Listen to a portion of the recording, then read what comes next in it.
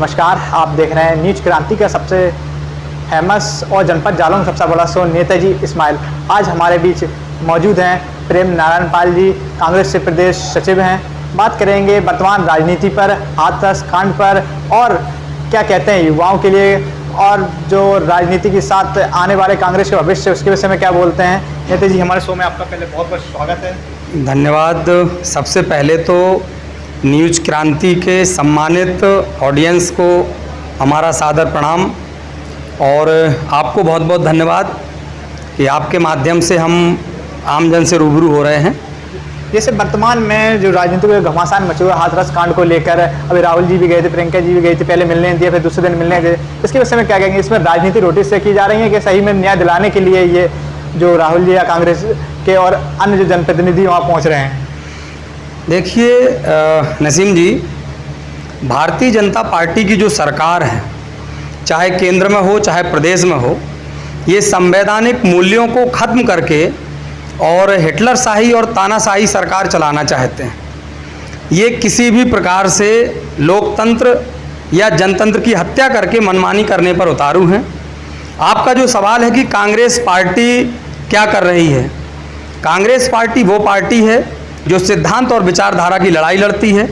Congress party ने आज़ादी के पहले भी देश की आज़ादी की लड़ाई लड़ी है और आज के दौर में जो ये इस देश के लोकतंत्र को ख़त्म करने वाले लोग, माँ की ममता का गला घोंटने वाले लोग, संवैधानिक मूल्यों का हनन करने वाले लोग हैं, तो इनकी मनमानी हिटलरशाही को रोकते हुए आमजन के साथ खड़े हैं और आखिरी दम तक, जब तक हाथरस की बेटी को पूरा न्याय नहीं मिल जाएगा, कांग्रेस पार्टी, हमारे माननीय राहुल गांधी जी, श्रीमती बहन प्रियंका गांधी जी और पूरी पार्टी लगातार साथ खड़ी हुई है। जैसे किसान बिल आया था, उसको लेकर प्रधानमंत्री जी ने कहा कि वो किसान हित का बिल है, लेकिन आपके साथ अन्य जो विरोधी पार्टी है, विपक्ष पार्टी कहा जाता है, तो विरोध कर रहे हैं। किस बात का विरोध कर रहे हैं? किसान भी विरोध कर रहे हैं, लेकिन किसान में कुछ सपोर्ट में भी हैं, जिस तरह समझाया जा रहा है। इसे बीजेपी के प्रवक्ता हों या नेता हों, सांसद विधायक, सभी कह रहे हैं कि ये किसान हित का बिल है। जो विरोधी पार्टी हैं, विपक्ष है, वो अपनी राजनीतिक रोटियां भी सेक रहा है किसानों के साथ। इस पर क्या कहें?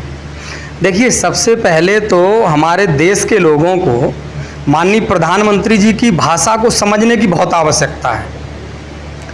उन्होंने नोटबंदी जब की तो नोटबंदी में उन्होंने लोगों को बताया था कि हमें इतना समय दे दीजिए, उसके बाद सब ठीक हो जाएगा। और अभी तक नोटबंदी में क्या हुआ सबको पता है। काला धन इनका आ रहा था, विदेशों से आया नहीं आया, लेकिन उन्होंने काला धन वो निकाल दिया जो हमारे गांव में बहन बेटियों के पास जो पैसे रखे हुए थे, किसान अपने बच्चियों की शादी के लिए, अपने बच्चों की पढ़ाई के लिए या अन्य अपने निजी उपयोग के लिए जो चंद पैसों को जो रोक के रखा था, उन्होंने वो समेटवा लिया। उसके बाद में उन्होंने जीएसटी के लिए कहा कि इससे व्यापारियों को भारी लाभ होगा। आप लोग देख रहे हैं चारों तरफ से पूरे देश की बिल्कुल व्यापारिक कमर टूट गई है। तो हमारे मोदी जी जो कहें उसके शब्दों को समझना बहुत ज़रूरी है। इन्होंने कहा बेटी बचाओ, तो ये बेटी बचाने के लिए आग्रह नहीं कर रहे, वो ये कह रहे बचा पाओ तो बचाओ, क्योंकि भाजपा में बहुत बलात्कारी हैं, आ रहे हैं। किसान बिल में उसी तरह से उन्होंने एक सपना दिखाते हुए जो समझाया है किसान बिल में कि कोई नुकसान नहीं है। उन्होंने कहा कि किसान अब जहां भी उनको लाभ होगा उस मंडी में जाकर के वो गल्ला बेच सकेगा। तो मुझे कोई भी एक प्रबुद्ध जन ये बताए कि किसान की रोक कब थी, किसान के ऊपर पाबंदी कब थी कि जब वो वहां नहीं बेच सकता था। दूसरा, अगर इनके पास सब कुछ अच्छा है तो ये एमएसपी को क्यों खत्म करने पर तुले हुए हैं? या कॉन्ट्रैक्ट फार्मिंग जब होगी, ठेकेदार किसान को बीज देगा, किसान को खाद देगा, सब करेगा, और अगर किसान संतुष्ट नहीं है तो किसान को न्यायालय जाने की छूट क्यों नहीं दे रहे हैं? क्यों नहीं दे रहे हैं? ये सवाल होता है। मोदी जी का क्या है, मोदी जी अपनी बात को कहते हैं, हमें समझने की आवश्यकता है। उन्होंने जब कहा देश सुरक्षित हाथों में है, तो वो दिख रहा है पाकिस्तान, इन्होंने नोटबंदी करी, काला धन खत्म हो गया था, पैसा खत्म हो गया था, आतंकवाद खत्म हो गया था। हर 4 दिन में घटनाएं घटित हो रही हैं। जम्मू कश्मीर में लोग घुस के आ रहे हैं, चाइना के लोग LAC पे वहाँ बराबर सब चल रहा है, विवाद चल रहा है। देश के अंदर नक्सलवाद खत्म नहीं हुआ है, क्या खत्म हुआ है? तो इनका क्या है, इन्होंने किसी को समझ नहीं पाया है। जैसे मोदी जी कहते हैं कि हम 2022 तक गरीबी खत्म कर देंगे। बिल्कुल कर देंगे वो कुछ, क्योंकि जो गरीब हैं वो पहले कुछ कर्जे से मरेंगे, कुछ बेरोजगारी से मरेंगे, कुछ अन्य दबाव से, बैंक जो रहेंगे उनकी अन्य समस्याएं रहेंगी उससे मरेंगे। अब बच्चे कुछों को फिर मोदी जी कोई और योजना लाएंगे उनको खत्म करने का। तो ये गरीबी नहीं हटाएंगे, ये गरीबों को हटा देंगे। आप जो शब्दों का विक्षेप है वो अच्छे से देखते हैं, सोशल मीडिया पर ज़्यादा हाईलाइट रहते हैं। ऐसे में जो वैश्विक महामारी में जो शासन प्रशासनिक नीतियाँ थी वो कितने प्रभावी आप रहे, कितना लाभ मिला? जैसे स्वास्थ्य व्यवस्था को लेकर हमेशा सवाल उठते रहे कि सरकार कुछ नहीं कर रही है, जो कोरोना के मरीज हैं, पेशेंट हैं, उनको इलाज सही नहीं मिल पा रहा है। आप लोग खूब विरोध भी करा है, कई सोशल मीडिया के माध्यम से वीडियो वायरल हुए हैं। इसके संबंध में आप क्या कहेंगे? मतलब क्या इनकी जो रणनीति थी, जो नीति बनाई हुई थी, कितना प्रभावी रही? इससे जनमानस को फायदा मिला या नहीं मिला? कैसे इनकी जो बातें थी हवाबाई रहीं? देखिए नसीम जी, नीतियाँ वो बनाता है और कार्य योजनाएं वो बनाता है जिसने कभी कुछ किया हो या कुछ किसी चीज़ से वास्ता हो। एक तो बगैर किसी पूर्व तैयारी के लॉकडाउन कर देना, बगैर किसी चीज़ को सोचे समझे। देखिए राजनीति में दूरदर्शिता होना बहुत ज़रूरी है। माननीय राहुल गांधी जी ने जनवरी में आगाह कर दिया था कि अगले 6 माह देश के लिए बड़ी विषम परिस्थिति वाले आने वाले हैं, संकट का दौर आने वाला है। लेकिन अब है क्या, इस देश में केवल एक ब्रांड बना करके मोदी जी को पेश किया जा रहा, जो करेंगे वो ठीक है। विपक्ष का काम है कि हम आवाज़ उठाएं लोगों की, लेकिन मोदी जी का काम है मनमानी करना। जैसे उन्होंने नोटबंदी की तब तो विपक्ष ने नहीं रोक पाया, जीएसटी को किया तब तो विपक्ष ने नहीं रोक पाया, किसान बिल लाए तब तो विपक्ष ने नहीं रोक पाया। लेकिन जब इनको जो काम नहीं करना होता है या अपनी असफलता छिपानी होती, जैसे बेरोजगारी का मामला है, कहाँ हैं 2 करोड़ नौकरियाँ? कहाँ, कौन सी समस्या का इन्होंने समाधान कर पाया? महंगाई कहाँ है? पेट्रोल डीजल के मूल्य कहाँ जा रहे हैं? तो जब ये कुछ नहीं कर पाते हैं तो ये फिर दूसरों पे आरोप लगाते हैं। जैसे एक मैं आपके चैनल के माध्यम से आम जन के बीच एक अपना सवाल छोड़ना चाहता हूँ। इन्होंने प्रचारित किया कि पूरे देश में कांग्रेस लुटेरी है, कांग्रेस ने भ्रष्टाचार किया, कांग्रेस ने देश बेच दिया, पूरी तरह से इन्होंने देश में तहस नहस कर दिया। भैया, देश के अंदर जब भ्रष्ट, घोटालेबाज, लुटेरे, स्विस बैंक में काला धन ले जाने वालों का शासन था, तब इस देश में एम्स बन गया, तब इस देश में बड़े बड़े बांध बन गए, तमाम बिजली के संयंत्र बन गए, बड़े बड़े स्टेशन बन गए, मेट्रो बन गया, हवाई अड्डे बन गए, तमाम सारी सेवाएं बन गईं। और जब महाहरिश्चंद्र की सरकार आई, ईमानदार व्यक्ति की सरकार आई, तब सब बिक रहा है। तो ये सवाल जनता खुद समझ सकती है। अगर पहले चोर थे तो विकास कैसे हुआ, हमें स्वास्थ्य लाभ कैसे मिला, उन्नत अस्पताल कैसे मिले, उन्नत शैक्षिक संस्थान कैसे मिले, और अब अगर ईमानदार है तो बेच क्यों रहे हो भैया? ये तो राजनीति, ऐसे हाथरस कांड में मीडिया को भी रोका गया, ऐसे राजनेताओं को तो रोका ही गया था, जो बड़े नेता थे उनको भी रोका गया। मीडिया को रोकना कहाँ तक ठीक था? कि मीडिया की आवाज़ भी तो जो स्वतंत्र है, मीडिया कहीं भी आ जा सकती है, कुछ भी दिखा सकती है, जो सच्चाई है देश के सामने ला सकती है, उसकी स्वतंत्रता को ख़त्म किया जा रहा है या ख़त्म करने की कोशिश की गई थी, ये कहाँ तक ठीक है? मीडिया को जानते, कई वहाँ के रिपोर्टर थे, उनके साथ बदसलूकी की गई, महिला रिपोर्टर थी, उनको जाने देते थे, क्या छुपाने की कोशिश की गई थी? देखिए, अच्छा लगा आपके सवाल में एक बात आया कि क्या छिपाने की कोशिश की गई। जहाँ कुछ गलत होता वहीं पर्दा डाला जाता है। अगर कुछ गलत नहीं होता, आज उत्तर प्रदेश में मुख्यमंत्री हैं योगी आदित्यनाथ, जो स्वयं एक संत हैं, सन्यासी हैं, और हमारे हिंदू धर्म में एक बहुत स्पष्ट है कि सायंकाल के बाद, सूर्य अस्त के बाद अंत्येष्टि क्रिया नहीं की जाती है। लेकिन किया गया, क्यों किया गया? सोशल मीडिया पर फोटो वायरल हो रहे हैं, जो 4 आरोपी थे, जो बलात्कारी थे, उनके पिताओं के साथ या उनके परिजनों के साथ फोटो योगी आदित्यनाथ जी के साथ है, नरेंद्र मोदी जी के साथ है। तो ये सिर्फ इतना सा चल रहा है, जैसे चिन्मयानंद जी को, कुलदीप सिंह सेंगर को बचाने के लिए उनके परिवार को तबाह किया गया, इस प्रकार से। चूंकि देखिए, मीडिया जो होती है, मीडिया बगैर रोके या किसी अन्य एजेंसी के साथ जुड़े हुए जो एक जमीनी तथ्य स्वीकार करने वाले, खोज करने वाले पत्रकार होते हैं, तो वो कार्य कर देते हैं जो बड़े जासूसी स्तर के लोग नहीं कर पाते। तो ये डरे हुए लोग हैं, कांपे हुए लोग हैं कि अगर हमने मीडिया को जाने दिया तो पता नहीं इनके हाथ में कौन सा तथ्य लग जाए। हाँ, ये जाने देंगे। अगर अंजना ओम कश्यप जी जाती, अर्नब गोस्वामी जी जाते, या इनके हिसाब से बोलने वाले लोग जाते तो जाने देते, लेकिन जो ज़मीनी हकीकत, जो वास्तविक मीडिया का चेहरा है या जो वास्तविक पत्रकारिता कर रहे हैं, उनको वो इसलिए नहीं जाने देते क्योंकि वो बेनकाब कर देते, इनको उधेड़ के फेंक देते। सीधी सी बात है। ये तो राजनीतिक विषय की बातें थी, हम कुछ आपके जीवन से जानना चाहते हैं। आपने राजनीति की शुरुआत मतलब कब की और वो क्या कारण रहा राजनीति में आने का? आप एक इतने बड़े पद पर पहुंचे, देखा जाए कुछ महीनों या सालों में परिवर्तन हुआ है, एक उभरते हुए चेहरा नजर आया, क्या मुख्य कारण रहा राजनीति में आने का आपका? राजनीति के लिए आने की अगर बात आपने मुझसे की तो मैं तो एक संदेश आपके चैनल के माध्यम से प्रत्येक व्यक्ति तक पहुंचाना चाहूँगा। हमारा देश राजनीतिक हस्तक्षेप वाला देश है। हमारे देश में जो कुछ होता है उसमें अधिकतम योगदान राजनीति का होता है। आज जो परिदृश्य है या विगत कुछ समय से है, हमारे देश में बड़े असमंजस की स्थिति बनी हुई है।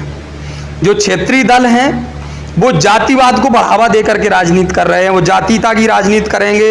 आप पाल होकर के पाल समाज की राजनीति करिए, आप प्रजापत होगे प्रजापत की राजनीति करिए, आप कुशवाहा होगे कुशवाहा की राजनीति करिए, आप माइनॉरिटी में हैं, मुस्लिम हैं तो आप मुस्लिम की राजनीति करिए। और भारतीय जनता पार्टी और कांग्रेस पार्टी दो राष्ट्रीय दल हैं। भारतीय जनता पार्टी धर्म के नाम पर, धार्मिक आधार पे नहीं कह सकते उसको, वो धर्म के नाम पर राजनीति करते हैं। और समाज का, देश का जो मुद्दा है, देश की जो बेसिक ज़रूरत है, जैसे गांव की, जो हमारे राष्ट्रपिता महात्मा गांधी जी ने कहा था कि गांव की जो देश की आत्मा गांव में बसती है, और देश तभी गुलजार हो सकता है जब गांव की अंतिम झोपड़ी गुलजार हो। तो राजनीति में आज की तारीख में चल क्या रहा है? आपको जातिवाद के नाम पे बढ़ा दिया, आपके समाज के एक व्यक्ति को चेहरा बना दिया, और उसके बाद में अब आपके समाज के लोगों को लगा दिया। आपके गांव में देश की आज़ादी को कितना समय हो रहा है, और आपके गांव में वास्तविक, मैं तो ये कहता हूं कि आप अपना चैनल लेकर के गांव-गांव जाइए। जो सरकारी योजनाएं हैं, वास्तविक पात्र व्यक्ति को आवास नहीं मिलता, वास्तविक पात्र व्यक्ति को पेंशन नहीं मिलती, वास्तविक पात्र व्यक्ति को राशन कार्ड नहीं मिलता। जो भी चीज़ें हैं, सरकारी योजनाएं जिन लोगों के लिए आती वो नहीं मिलती हैं। उसका कारण क्या है? उसका कारण यह है कि समाज में और राजनीति में विशेषकर युवाओं का ना होना। क्योंकि जब युवा होता है, युवा के अंदर ललक होती है कि हमें कुछ चीज़ें निकाल के लानी, लोगों के लिए काम करना है। और जब व्यक्ति एक उम्र पार कर जाता है, उसको एक ये लगने लगता है कि नहीं ठीक है, जो चल रहा है बहुत लोग हैं, अब ये लोग करते रहेंगे, तो फिर वो मुद्दों से कट के ऊपर की बातें करने लगता है। जैसे हमारे माननीय मोदी जी हैं, आज अपने आप को विश्व का श्रेष्ठतम प्रधानमंत्री बताया उन्होंने। धारा 370 की बात करते हैं, राम मंदिर की बात करते हैं, 3 तलाक की बात करते हैं। भैया आप सारी बातें करिए, आप किसान को बिजली, किसान को पानी, किसान की खाद की बात कभी कर दीजिए, युवाओं की शिक्षा की बात कर दीजिए, युवाओं के रोजगार की बात कर दीजिए, अच्छे स्वास्थ्य की बात कर दीजिए। महंगाई के लिए किसान बुरी तरह से परेशान है, डीजल आसमान के रेट, आसमान को छू रहा है जो डीजल के रेट, इनकी बात करिए, नहीं करेंगे। वो ऊपर की बातें करेंगे। जब तक हमारा किसान मजबूत नहीं होगा, जब तक हमारा मजदूर मजबूत नहीं होगा, जब तक हमारा युवा छात्र मजबूत नहीं होगा, देश कैसे मजबूत हो सकता? देश क्या है? देश क्या है? देश केवल भारत माता की जय बोलने से देश नहीं बनता। देश इस देश के युवाओं से, किसानों से, मजदूरों से मिलकर बनता है। तो हमें ये लगा कि हमें अपनी आवाज़ को, अपनी ताकत को, हमारे दादी माँ कहा करती थी कि अपने लिए और अपने बच्चों के लिए तो पशु और पक्षी भी काम करते हैं। अगर इंसान और इंसान के रूप में आप आए हो तो इंसानियत वो है जो सभी के लिए, संपूर्ण समाज के लिए काम करे। समाज इन द सेंस ये नहीं कि पाल तो पाल समाज, जो हमारा पूरा समाज होता है। अगर मैं किसी गांव का निवासी हूँ तो उस गांव का पूरा जो गांव है वो हमारा समाज हो गया, उसका आसपास का जो क्षेत्र हो गया वो समाज हो गया। अगर मैं किसान का बेटा हूँ तो मेरा समाज किसान हो गया। मैं नौजवान हूँ तो सारे युवा हमारा समाज हो गया। तो इनके लिए काम करने के लिए लगा कि हमें आना चाहिए। अच्छा, फिर बात, अगला क्वेश्चन आप ये करेंगे कांग्रेस पार्टी को क्यों पकड़ा? नहीं, हमारा अगला क्वेश्चन ये नहीं रहेगा। ये है अगला क्वेश्चन, आपने जैसे किसी पार्टी को ज्वाइन करा, किस पद से ज्वाइन करा और कब से राजनीति में कब शुरुआत करी है? सबसे पहले 2013 में हमने अपने युवाओं को एकजुट करने के लिए लोकमाता अहिल्याबाई होलकर यूथ ब्रिगेड भारत नाम के संगठन का गठन किया।